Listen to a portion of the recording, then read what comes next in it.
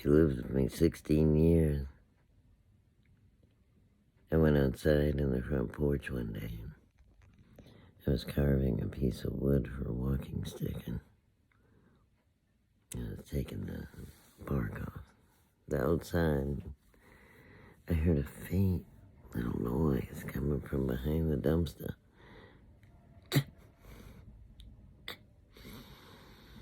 Barely audible. And I looked around.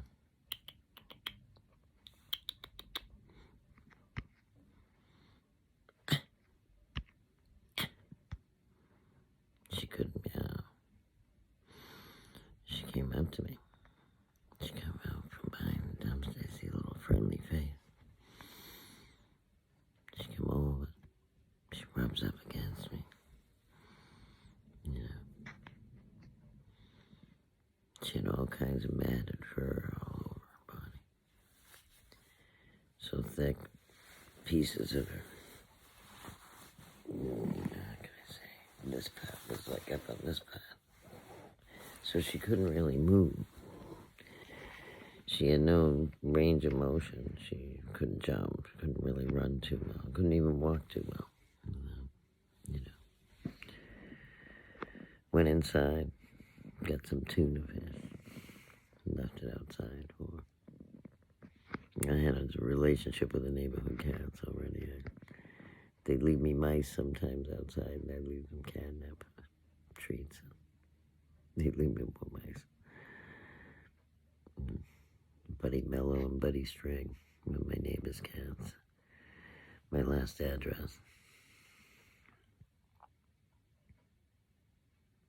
So I lifted the tuna. And I promised myself that if she came back the next day, I would take her in if she wanted.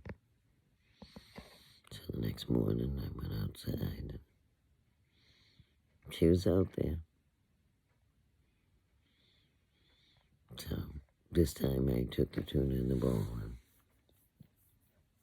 and I just opened the front door. She walked right in. I'd never met a cat like that in my life. Actually, she walked right in the front door. I didn't have to pick her up. No. She didn't. I followed her and I opened the door for her. And she walked in. And that was November. What was it? November 1995. Close to the JFK assassination anniversary. I think it was like the 17th or something. When I went to the doctor on the 19th. I took her in. She walked all around the house, sized us up, decided she liked us. Not me.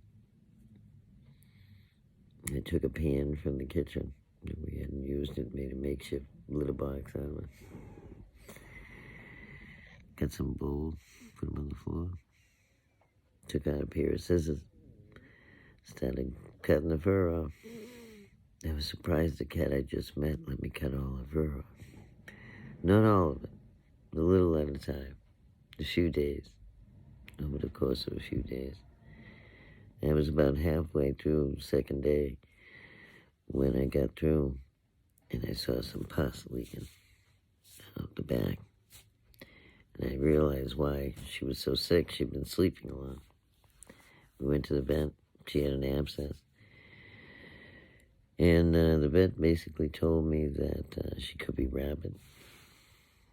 She could have been bitten by an animal attack. Most of the time, she said an injury like that is a cat, another cat.